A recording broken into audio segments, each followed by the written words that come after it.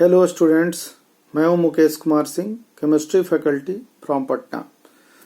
चलिए आज हम देखते हैं हेनरी लॉ के बारे में। हेनरी लॉ कहता क्या है?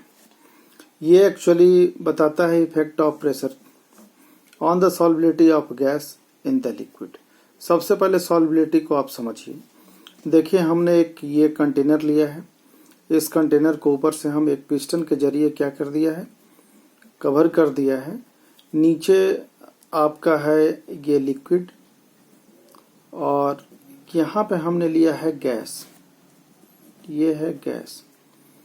तो गैस होगा तो खुद का इसका प्रेशर होगा कुछ ना कुछ। हम देख लेते हैं कि इसका पार्शियल प्रेशर है P। पार्शियल प्रेशर हो सकता है इसमें कई मिक्सचर हो अलग अलग गैसेज का, तो एक पार्टिकुलर गैस के प्रेशर को हम बोलते हैं पार्शियल प्रेशर। तो इस पे जितना प्रेशर क्रिएट हो रहा है, तो प्रेशर क्रिएट होने की वजह से कुछ गैसियस पार्टिकल्स इस लिक्विड में क्या होगा, डिजॉल्व हो जाएगा। कब? At a particular temperature. At a particular temperature या हम कह सकते हैं एट ए कांस्टेंट टेम्परेचर। ये दोनों सिचुएशन में हम टेम्परेचर को क्या रखेंगे, कांस्टेंट रखेंगे। तो इसमें कुछ गैसियस पार्टिकल क्या हुआ, डिजॉल्व हुआ। क्यों डिजॉल्व हुआ? क्योंकि इस पे जैसे ही हमने प्रेशर बढ़ाया तो कुछ न कुछ इसके जितने भी गैसियस पार्टिकल्स जो ऑन द सरफेस थे वो इसमें क्या हो गए, डिजॉल्व हो गए। ठीक है, तो लिक्विड में गैस मिक्स कर गया, तब ये कहलाएगा आपको सॉल्यूशन। क्योंकि दो चीज के मिक्सचर को हम सॉल्यूशन बोलते हैं, और वो मिक्सचर कैसा होना चाहिए, होमोजीनियस मिक्सचर होना चाहिए, तब हम कहेंगे क्या, सॉल्यूशन कहेंगे। अब मान लिया जाए कि जैसे ही आप यहाँ प्रेशर को क्या करेंगे, इंक्रीज कर दिए, तो जैसे ही प्रेशर को इंक्रीज करेंगे तो गैसियस पार्टिकल्स इसमें क्या होगा, ज़्यादा डिजॉल्व करना शुरू हो जाएगा, मैक्सिमम अमाउंट में डिजॉल्व होगा। ठीक है, तो अमाउंट को हम ले लेते हैं मोल फ्रैक्शन के टर्म में। यहाँ मान लिया जाए कि मोल फ्रैक्शन x था और यहाँ भी मोल फ्रैक्शन हम x ही ले लेते हैं। तो इसका वैल्यू इस लिक्विड में, यहाँ मोल फ्रैक्शन का मान लीजिए कि अमाउंट 0.3 था, तो यहाँ बढ़ करके और हो जाएगा कितना, 0.6। ये मान लेट कर रहे हैं, मान रहे हैं। तो आपने देखा कि जैसे ही हमने पार्शियल प्रेशर को इंक्रीज किया तो मोल फ्रैक्शन का वैल्यू क्या हो गया, बढ़ गया। यहाँ कम था क्योंकि यहाँ प्रेशर का वैल्यू कम और यहाँ प्रेशर का वैल्यू ज़्यादा हुआ, तो ज़्यादा अमाउंट में गैसियस पार्टिकल्स इस लिक्विड में क्या हुआ, मिक्स हो पाया।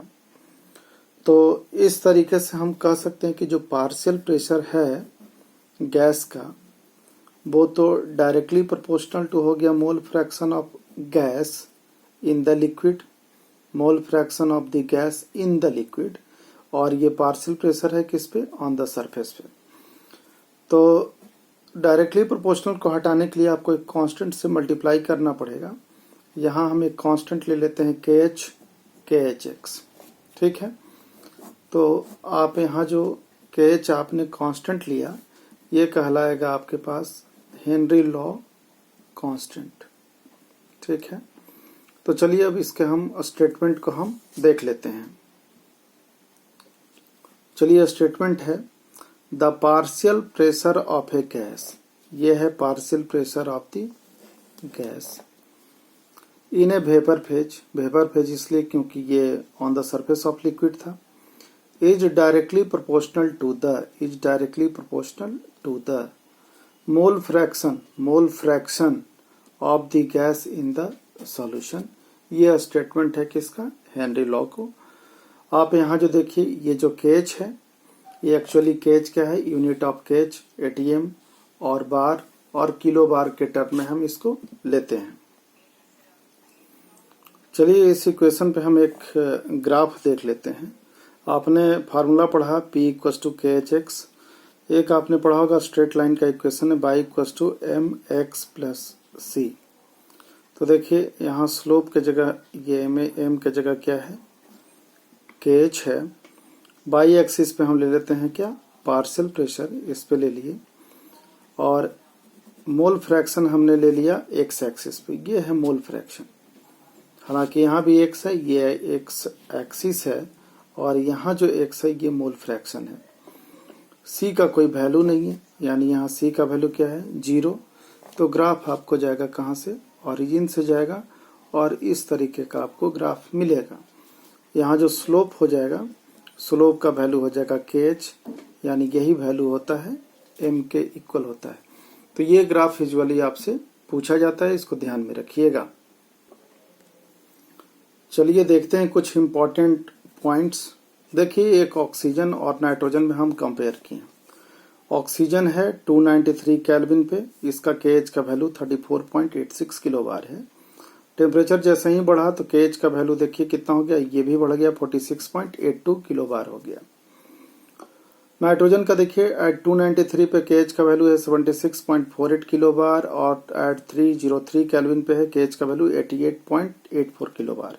आपने देखा कि जैसे ही टेम्परेचर को इंक्रीज किया गया तो KH का वैल्यू भी क्या हो गया, इंक्रीज हो गया। आपने इस पॉइंट को देखा। फिर देखिए ऑक्सीजन, आप यहाँ देखिए 293 केल्विन पे, और नाइट्रोजन को देखिए 293 केल्विन पे। दोनों का जो KH का वैल्यू है वो आपको डिफरेंट मिलेगा। तो आप इस पॉइंट को, आप इन दोनों के कंपैरिजन से आपने ये पता लगा पाया कि डिफरेंट गैसेज है। ऑक्सीजन और नाइट्रोजन क्या है आपके पास, डिफरेंट गैसेज है। तो डिफरेंट गैसेज है different value of KH, different value of KH देखा आपने कि डिफरेंट वैल्यू ऑफ KH है at the same temperature and in the same solvent. इस पॉइंट को भी आप ध्यान में रखिएगा। नेक्स्ट पॉइंट है KH is the function of the nature of the gas. ये डिपेंड करेगा नेचर ऑफ द गैस पे। अलग अलग गैसेज के लिए KH का वैल्यू क्या होता है, अलग अलग होता है, अलग अलग टेम्परेचर पे।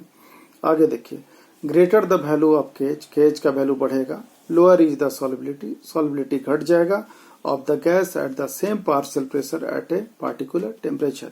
यानी फाइनली हम कह सकते हैं कि जब टेम्परेचर बढ़ेगा KH का वैल्यू बढ़ेगा, सॉल्युबिलिटी क्या हो जाएगा, घट जाएगा। इसी वजह से आपने देखा होगा कि जितना भी एक्वेटिक स्पीसीज है वो मोर कंफर्टेबल फील करेगा कोल्ड वाटर में in comparison to the warm water, क्योंकि कोल्ड वाटर में टेम्परेचर कम होगा, सॉल्युबिलिटी क्या हो जाएगा, इंक्रीज कर जाएगा, तो वो एक्वेटिक स्पीसीज ज्यादा अच्छे से सरवाइव करेंगे। तो चलिए, ये था आपके पास कौन सा हेनरी लॉ। अच्छा लगे तो शेयर करें, लाइक करें, दूसरों को भी बताएं ताकि उन लोगों को भी फायदा हो सके। Thank you.